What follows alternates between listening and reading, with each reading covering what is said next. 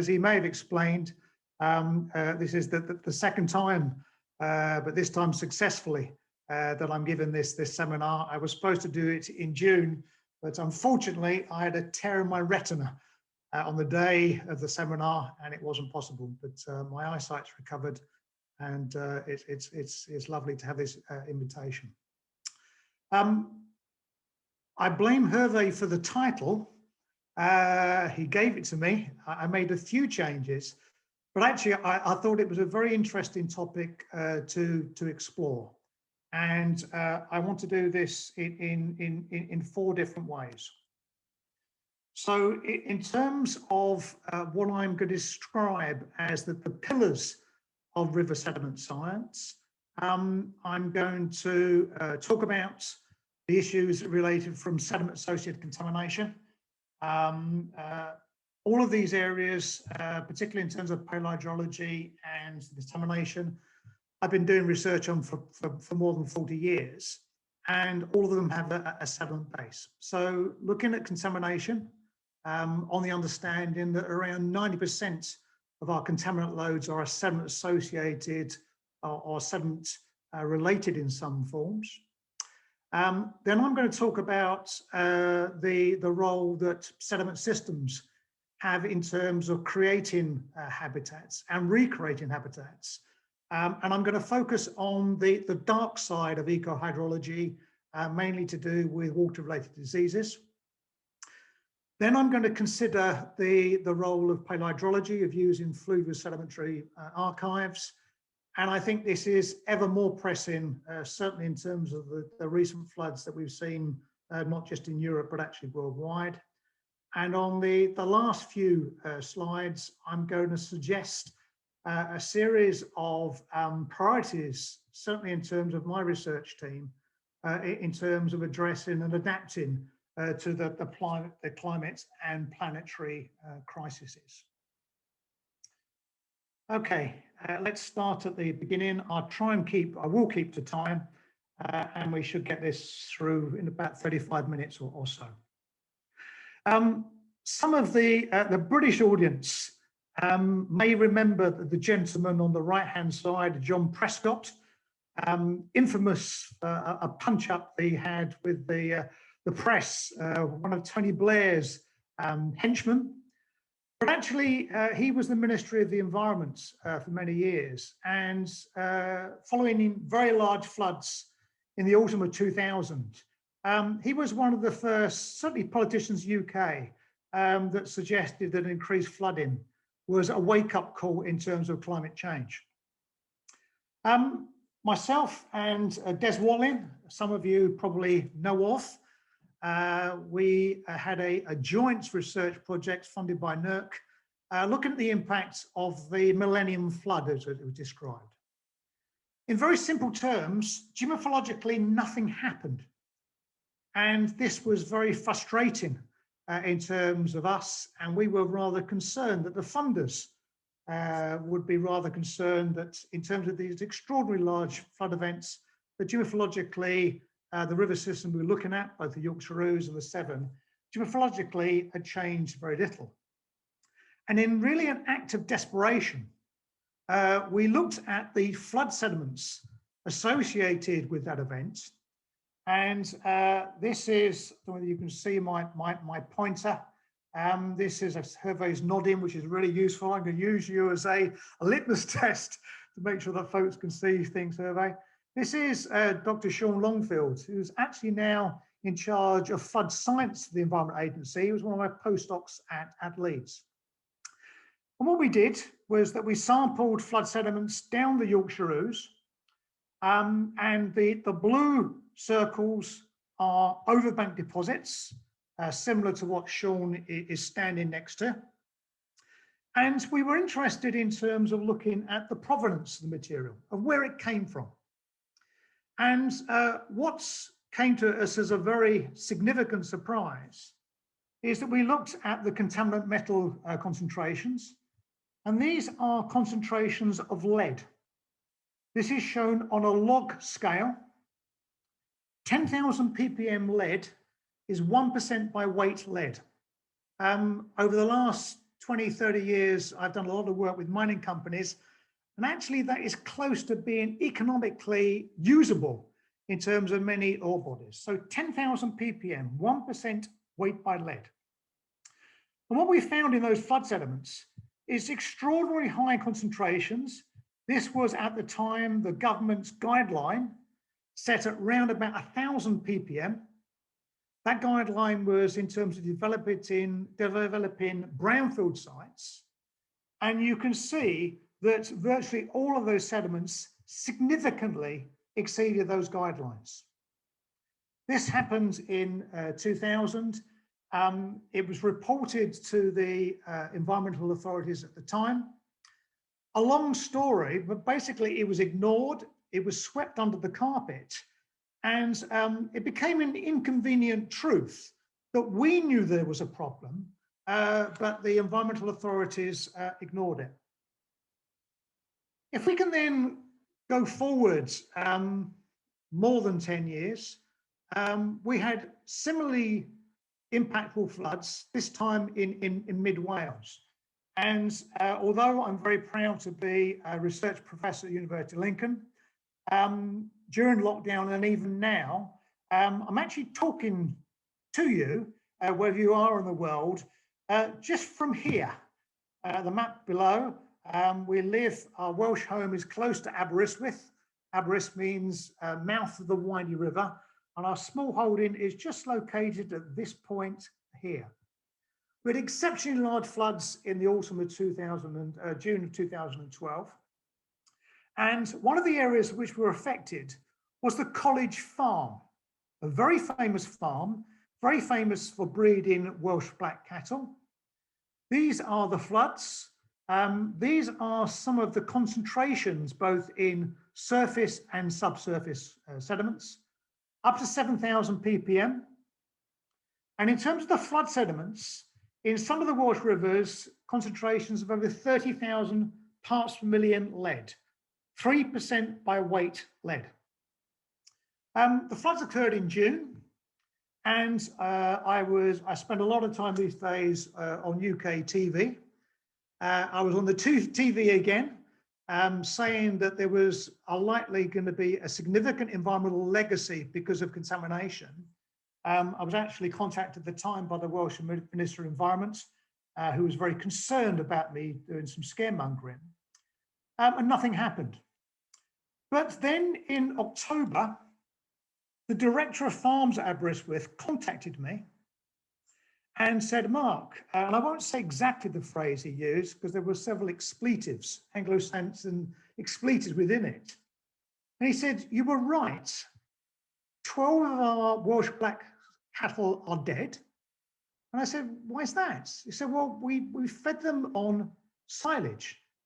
This silage had been cut after the floods. And this graph here shows the concentration of lead within silage. Just to go back one slide, beg your pardon. This is the silage which is cut from the fields. It's stored, it's used for winter fodder, and the animals have been fed this. And these are the concentrations up to about 3,000 ppm lead fed to the animals.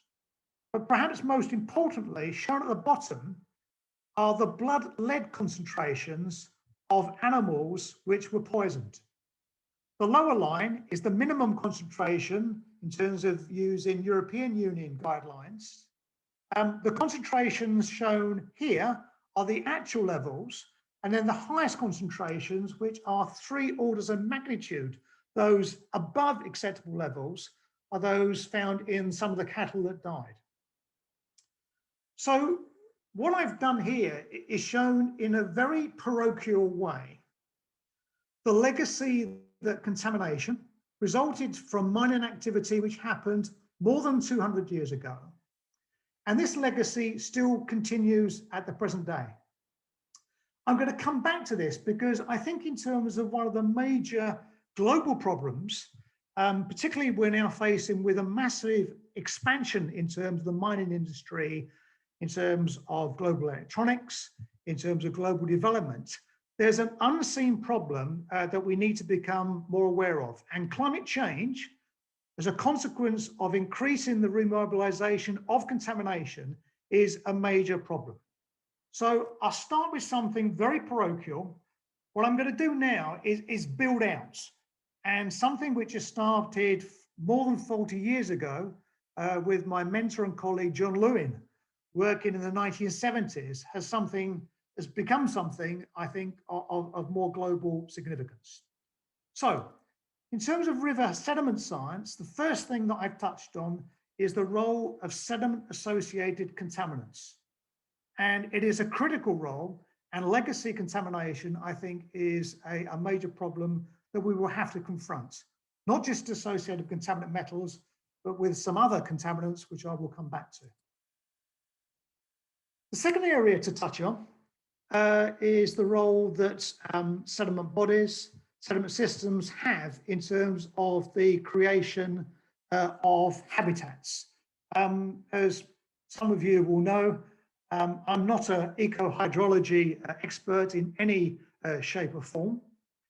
But again, around about 10 years ago, I had a very obtuse, interesting conversation with my new colleague, my new co-director, the Lincoln Centre of Water and Planetary Health, Chris Thomas, who was then Pro-Vice Chancellor at Aberystwyth. He's a spatial ecologist. He's an expert on malaria. And he showed me, this is probably 12 years ago, an aerial photograph of the reach I'm showing you here. This is the Kimbabero system in Tanzania. And he was saying we are making progress in terms of predicting where malarial hotspots are, but we're not getting it quite right. And he showed me a picture of this particular area. I said, from your river perspective, where do you think the hotspots might be in terms of where mosquitoes breed? He explained to me what the physical processes were, and it seemed to be a very straightforward exercise in 101 Fluvial morphology of just explaining where these habitats were. And as the evening wore on, as more drinks were had, we basically went through these aerial photographs, and I went through and explained to him where I thought the main hotspots were. He came back a few weeks later, and we happened to be right. So there's been a series of projects funded by NERC, the National Environmental Research Council. And we've been working in Nawala, which is a tributary system of the Kilimanjaro. This is in Tanzania. Happens to be, for better or worse, the area with the highest malarial transmissions in the world. So it's quite an interesting place to work. And with colleagues from Aberystwyth, from Lincoln, and from particularly Leeds, Mark Smith, we've been looking at the hydromorphic controls in terms of malaria and mosquito habitats. This work is ongoing. There is still a series of work to be finished, particularly in terms of AMR, but I'll come back to that a little bit later. What you'll see on the left-hand side is a schematic cartoon, which I drew out on a beer mat in Ifakara, which was published eventually in Earth Science Reviews. But it shows the various types of habitats where Anopheles mosquitoes, the main vector is Rewilding. As you can see on the right-hand side, there's a whole variety of habitats. It's remarkably adaptable species. And what we did was sample over periods of a hydrological season, of a period of a year, changes in mosquito numbers, changes in adults and mosquito larvae from each of these habitats. And we related this to changes in sediment dynamics in each of those. So what you can see on the right-hand side is how these habitats, the number of mosquitoes, how it's changed over a hydrological year. At the bottom, you can see the rainfall. You can see the hydrograph. There's a very, very distinct dry season. And the dry season is critical in terms of the refugia for these species. What you can see in the main channel, for instance here, there's a major flushing effect in the wet season. If we then look at the dry season, it's the tributary systems, very often chains of ponds, which wet up early in the hydrological year. They then dry out and they become very important breeding grounds for the earlier parts of the wet season. But then as we go through the hydrological year, it's these other environments, particularly springs, particularly former paleochannels, particularly former flood basins, which then become the habitats for the mosquitoes. So what this work showed is by moving beyond just rainfall and temperature, but by using the hydromorphology of these environments, we could better understand the way that the mosquitoes, larvae and species related to change in river dynamics. There's a series of papers which I haven't referred to here. If folks are interested, there was a paper published at the end of last year in Nature Communications, which has taken this process work, which has upscaled it and is using it in Africa to predict both the present and in sort of the near future in terms of the spread and the likely incidence of malaria. The key element of this is understanding of river dynamics. So again, it's another example of the way that sediment systems are an essential component, not just in terms of understanding contaminant delivery, but actually in terms of shaping water bodies and shaping water habitats. That's well known in terms of, let's say, fish and other elements of ecohydrology. But as we described at the dark side of ecohydrology, particularly water-related disease, the sediment systems are an integral component that we need to understand. The third part I want to talk about, and it's something which I've worked on, well, really since the late 1970s. And I must pay tribute to the late Ken Gregory, who recently passed away. And there's going to be a special issue of Earth Surfaces Process Landforms, which is dedicated to Ken. And much of the work in the UK, and actually much work worldwide, Ken was a very encouraging mentor in terms of that. So it's very nice that we actually mark his work in this way. So in terms of paleohydrology, as we are seeing around the world, there is certainly an increase in flood frequency. In the UK, we haven't quite seen an increase in flood magnitude, and I'll come back to that. And I think that's of concern, certainly of using statistically based modelling in terms of looking at flood frequency and flood magnitude. Going back to work in the late 1980s, we've been using lichenometry to reconstruct flood histories of dating large boulder spreads, boulder berms, as they described. I think it was a term that Paul Carlin and myself coined in the early 1980s.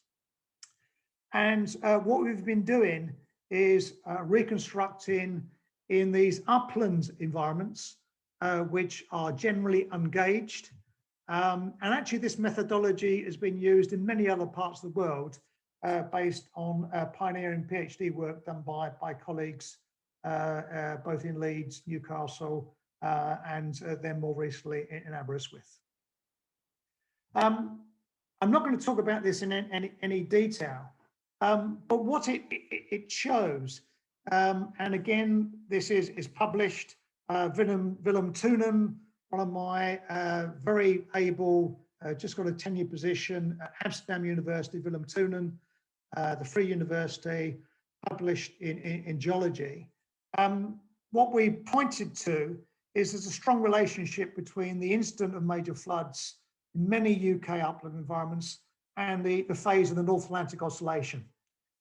This is something we've been looking at for many years, and without going into this in too much detail, it seems to be one of the first manifestations of anti-amplification in terms of impacts of flood magnitudes, certainly in the summer regimes in Western Europe.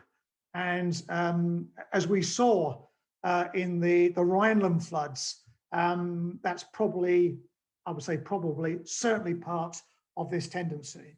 So what we're seeing here is the increase in both flood frequency and flood magnitude. And you can see this working through to the present related to NAO.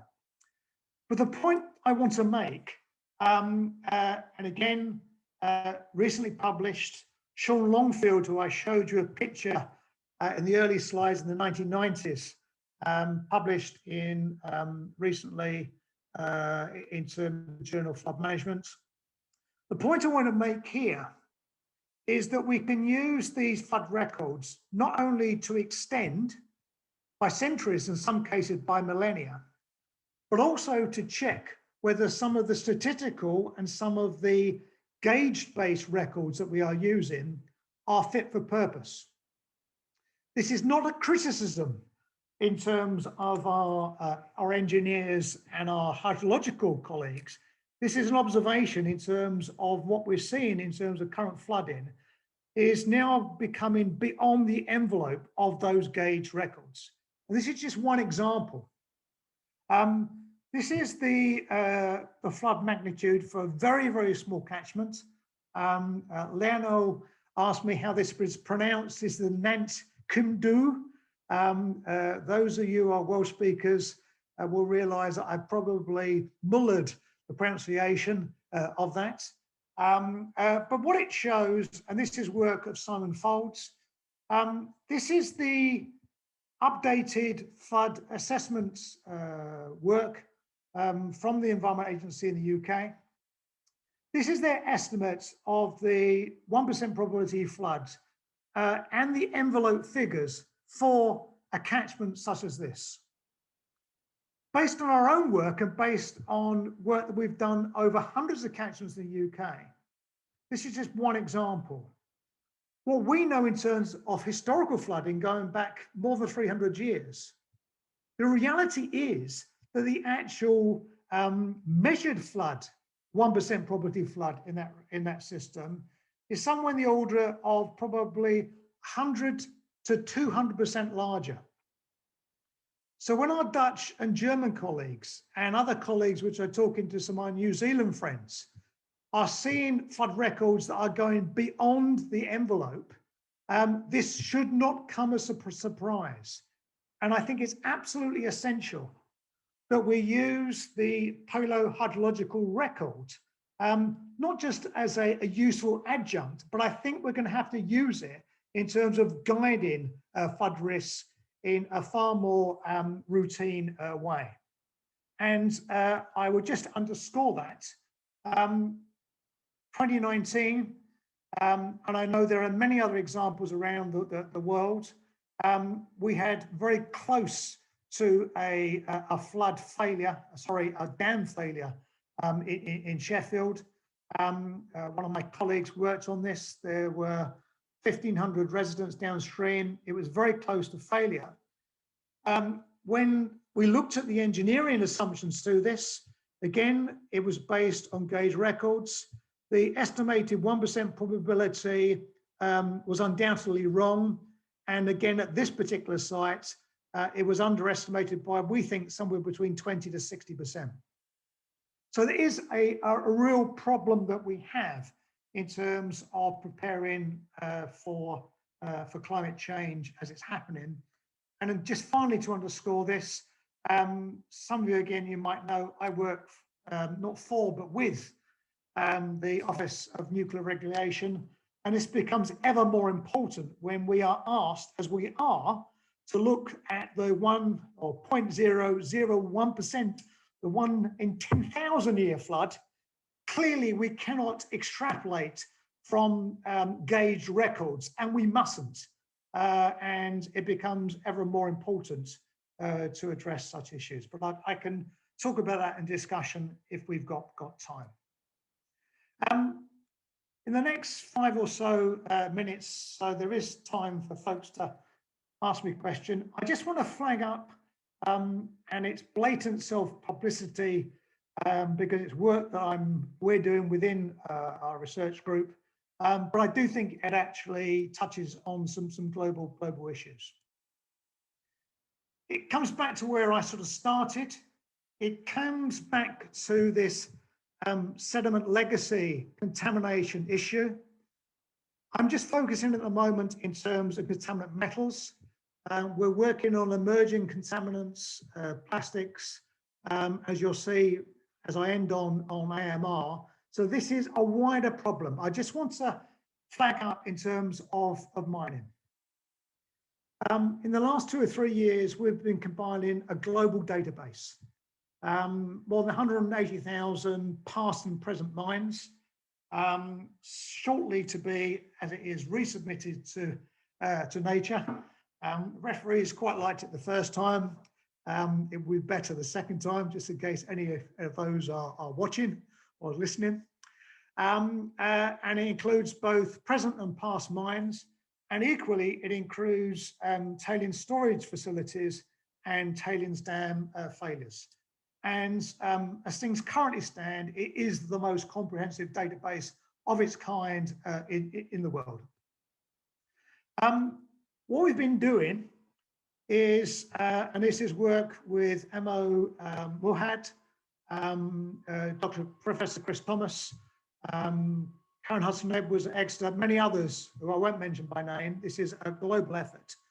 And we are using a process-based model, which I can tell you about later if you're interested, but I won't go into the details here. Process-based model.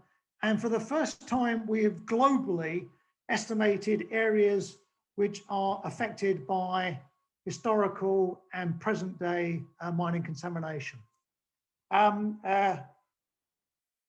Silly, but this is, well, you can guess or not. This is the Austrian flag. So 2 times 164,000 kilometers squared is 2 times the size of Austria. And rather silly, this is the Uruguayan flag. It's close to the size of Uruguay. So these are not insignificant values. And again, a silly analogy, but hopefully makes the point. I spent many years working in the Nile. The length, as we estimate, and we've done a lot of ground truthing as well, is it's close to 500 kilometers in length, 500,000, which is close to 72 times the length of the Nile. So this is a very significant problem.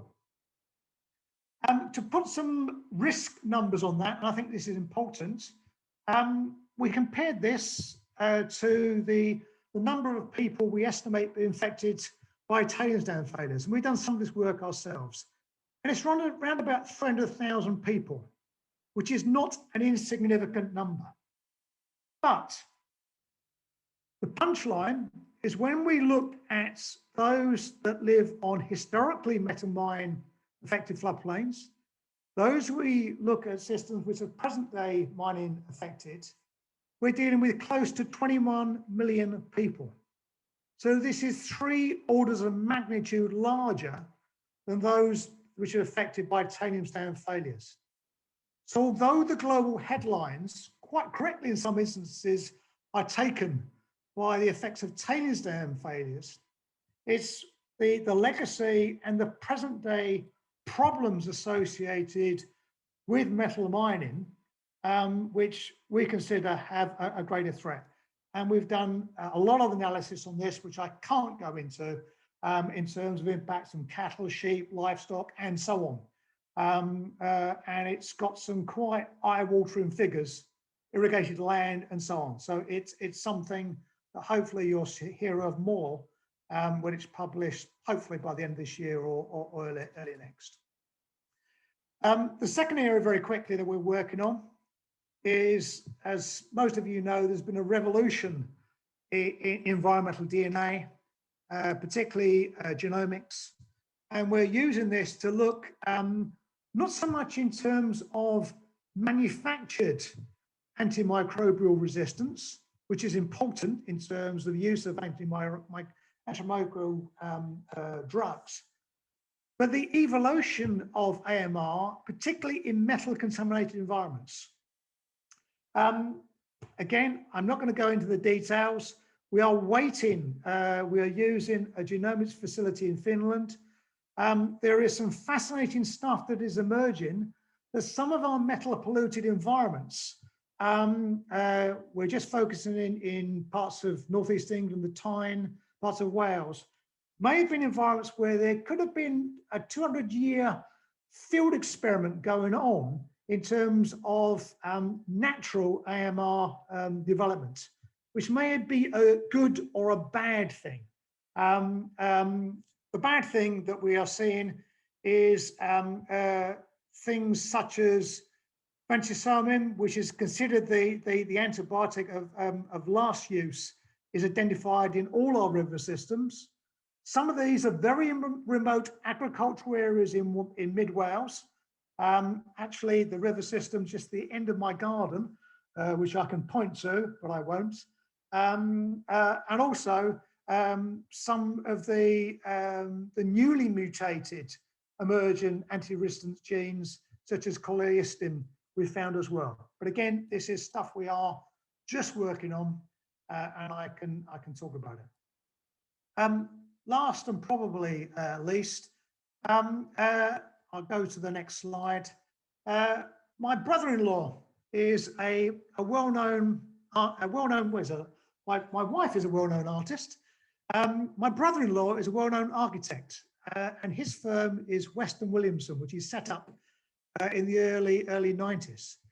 And they recently have won many competitions. They designed the London Underground station, the Brazilian Olympic Stadium. They're world famous architects.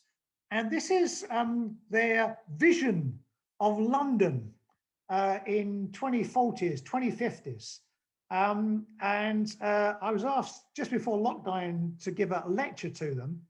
And I talked about rewilding and terraforming.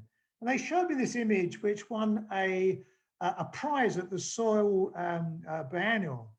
And I looked at it, and I looked at it in despair.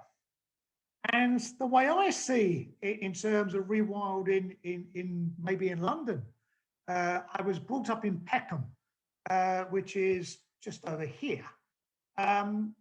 Maybe a good thing in terms of biodiversity, but it might be a very bad thing. This is a slightly facetious point, but it's not, in terms of problems with water-related flooding, and also in terms of water-related disease. And I know, certainly in terms of work we're just about to start in some of our eastern English rivers, particularly in the area of Lincoln, where the landscapes were terraformed in the 17th and 18th century, and we're going to have to terraform them again. We're going to have to readapt them in terms of the current climate change. There is going to be a big issue we're going to have to face in terms of when engineers ask us to reconfigure our landscapes in terms of the inadvertent problems that we may actually produce, one of which may be related to contamination, one of which may be related to water-related disease. And just to end on, I'm a bibliophile. I am an optimist as well, but I'll start pessimistically. I think in terms of the near future, we need to prepare for the very, very worst. And I just want to underscore that in terms of flood risk. One of my friends, very good friends, asked me when the Anthropocene began. I'm actually a believer in the long Anthropocene. I think in terms of the climate system, 2012, 2008 may have been a change where we can see that in terms, certainly in the Northern Hemisphere. And we have yet to see in terms of flood magnitude that coming down the system. So I think we need to pray for the worst. Second point is that the very famous late German political ecologist is, and you can read the quote for yourself, and I'm not going to read it to you. is that basically we've got to prepare for the unexpected, and we mustn't straitjacket environments. And one of my favorites, archaeologists, anthropologists, James C. Scott, is we've got to make systems potentially reversible. And we need, in many instances, to take small steps. Now, that may be very difficult if you've got a nuclear power station which is at risk. But again, in terms of the interventions that we will need to make as a society, we're going to have to do those very, very carefully indeed. And we're going to have to do that with a full understanding of both river systems, and I would argue with a full understanding of river sediment systems, both as an archive of understanding longer term dynamics, but also as a potential risk, both in terms of shaping water-related diseases and also creating legacy contamination, particularly in mining contaminated environments. And I'm sick of listening to myself, and I will stop at that point, and I'm more than happy to take questions. Thank you for listening, or whatever. Thank you. Thank you very much, Mark, for this very inspiring talk. Really amazing results, and some of them are a bit frightening, but it's a good time for the discussion. So I see you must have good eyes for observing changes. Good imagination as well.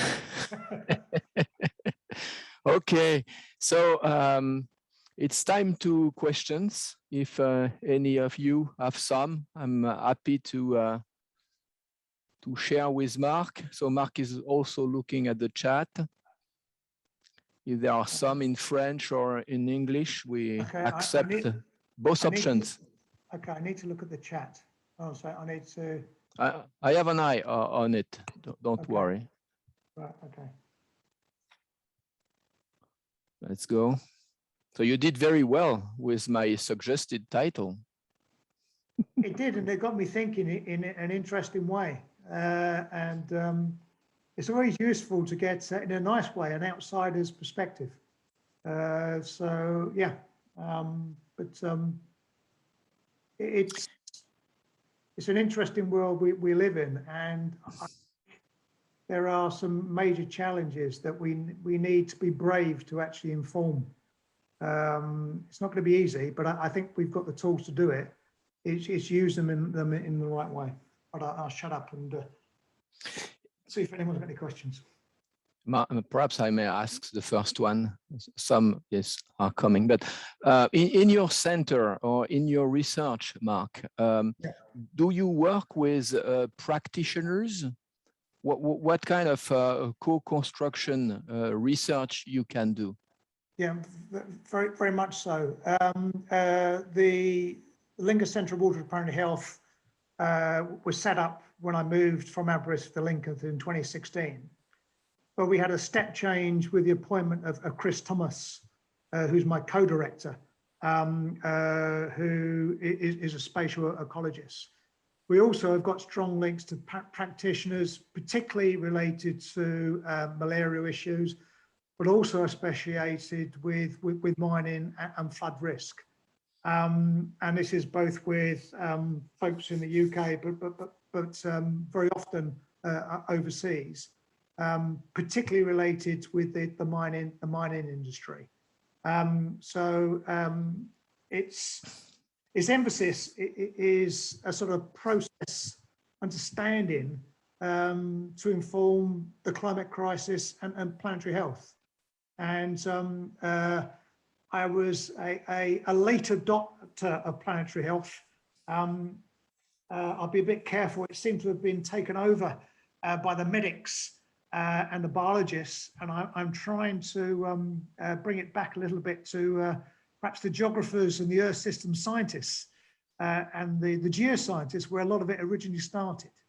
But that's the aspiration for the centre. Okay, so now we have some activity on the chat, Mark. So a first question by Jean-Philippe Bedel. Do you think that the flow and stock relationship in the river archives is more of a management tool than a prediction and scenario model of the future? I think it can be a bit of both, but actually I think increasingly it should be used as a management tool. The reason I say that is relatively recently I was given a keynote immediately before lockdown to the Engineering Society in London on dam safety, and a very interesting discussion between precision and accuracy. The engineers, bless them, want to be and need to be incredibly precise. But you can be inaccurate and you can be wrong, and you can be wrong very precisely. So I think what I'm hinting at is that in terms, if the prediction community only use resampling of gauged records, we will get both inaccurate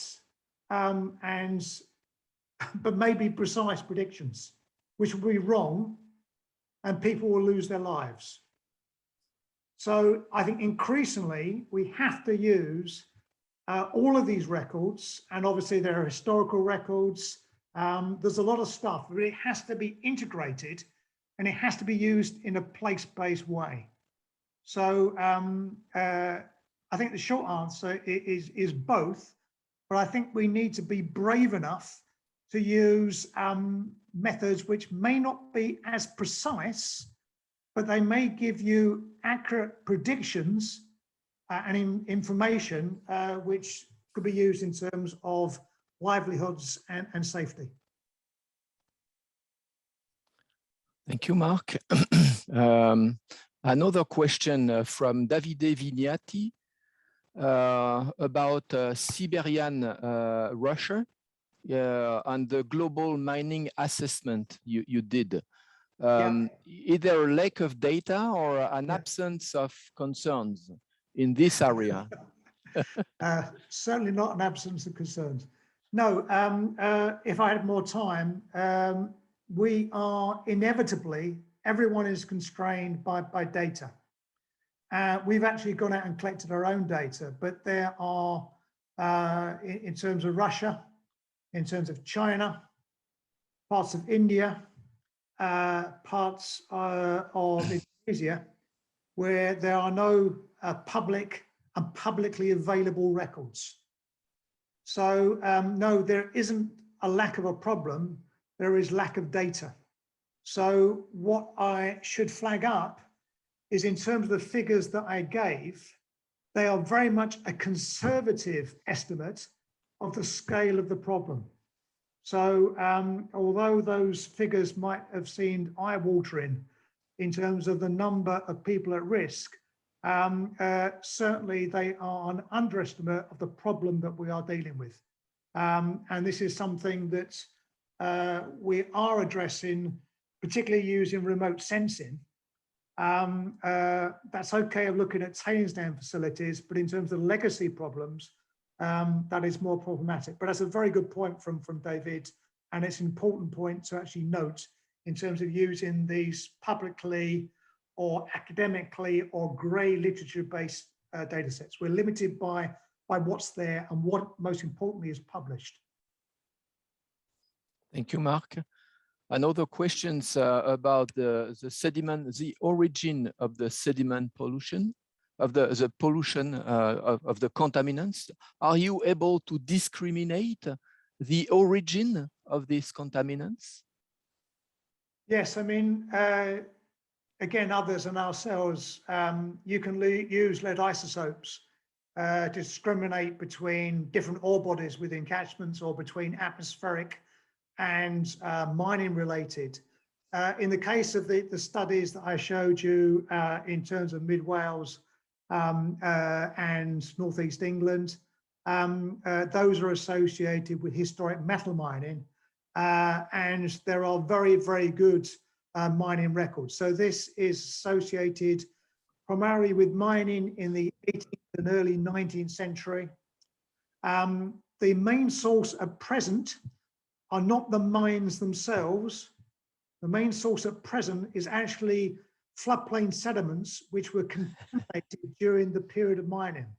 So again, one of the things we're having to retrain the regulatory authorities is they're spending lots of money in terms of cleaning up mining sites, whereas actually the main problem is a diffuse source of historically contaminated floodplains. And the values I was showing you are not from mines, they are from floodplains. And very often the floodplains are more contaminated than the mines themselves. And that's not just a problem in the UK, it's a problem in many other parts of the world.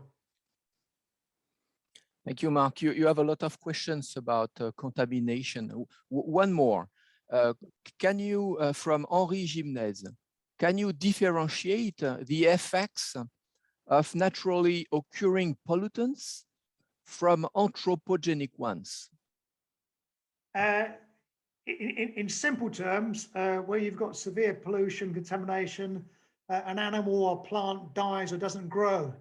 But yes, what we've been doing in terms of our global database, you can use, well, you can use geochemical thresholds, you can use statistical analysis on a catchment by catchment basis to identify background versus enhanced contamination. But I would tend to use ecologically based, toxicologically based contamination. So pragmatically, for our global database, we're actually using the Dutch intervention threshold of 430 milligrams per kilogram lead, which is somewhat less stringent to those in the UK, slightly more stringent in other parts of the world. But it's catchment dependent, but certainly any excess of more than 500 milligrams, for example, we can go through the other contaminants, leads, certainly will be having an impact on invertebrates, and certainly beyond 1,000 ppm in terms of significant ingestation over a long period of time will have an impact as well. Thank you, Mark. You have now a question from an old friend of the EUR with a UK accent. So let's with a French accent. What are the likely human from David Milan? Okay. What are the likely human health implications of remobilisation of heavy metals stored in floodplains due to climate change-driven changes in flooding? Should we be worried?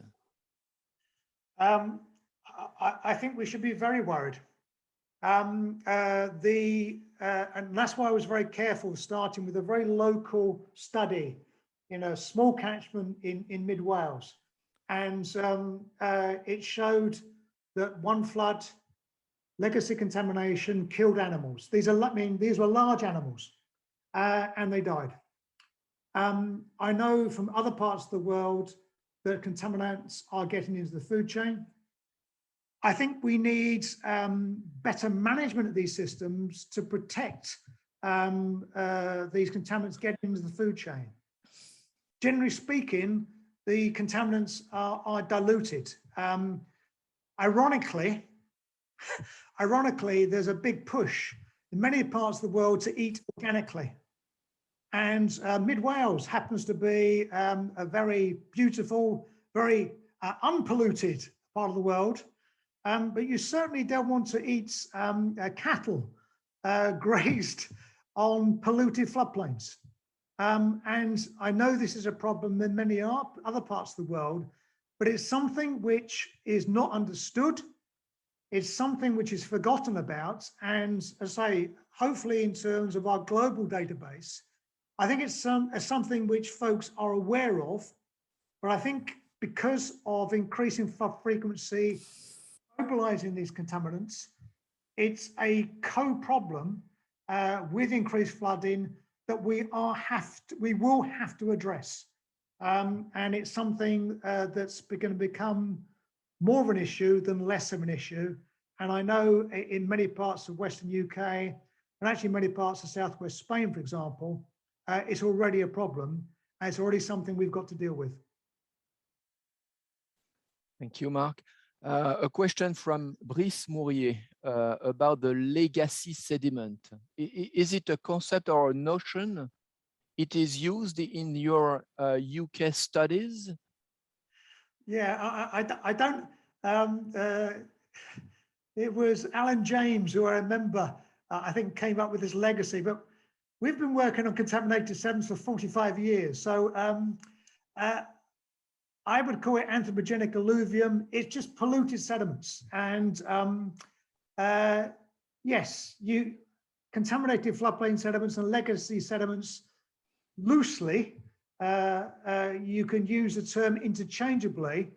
But in terms of what Alan James has defined it, I think he takes a rather narrow view, whereas in terms of what me and John Lewin would have coined, these are mining polluted sediments.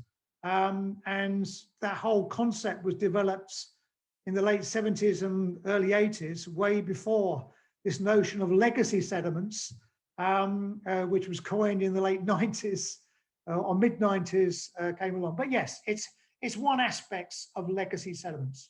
But I'm happy to use that term if folks want.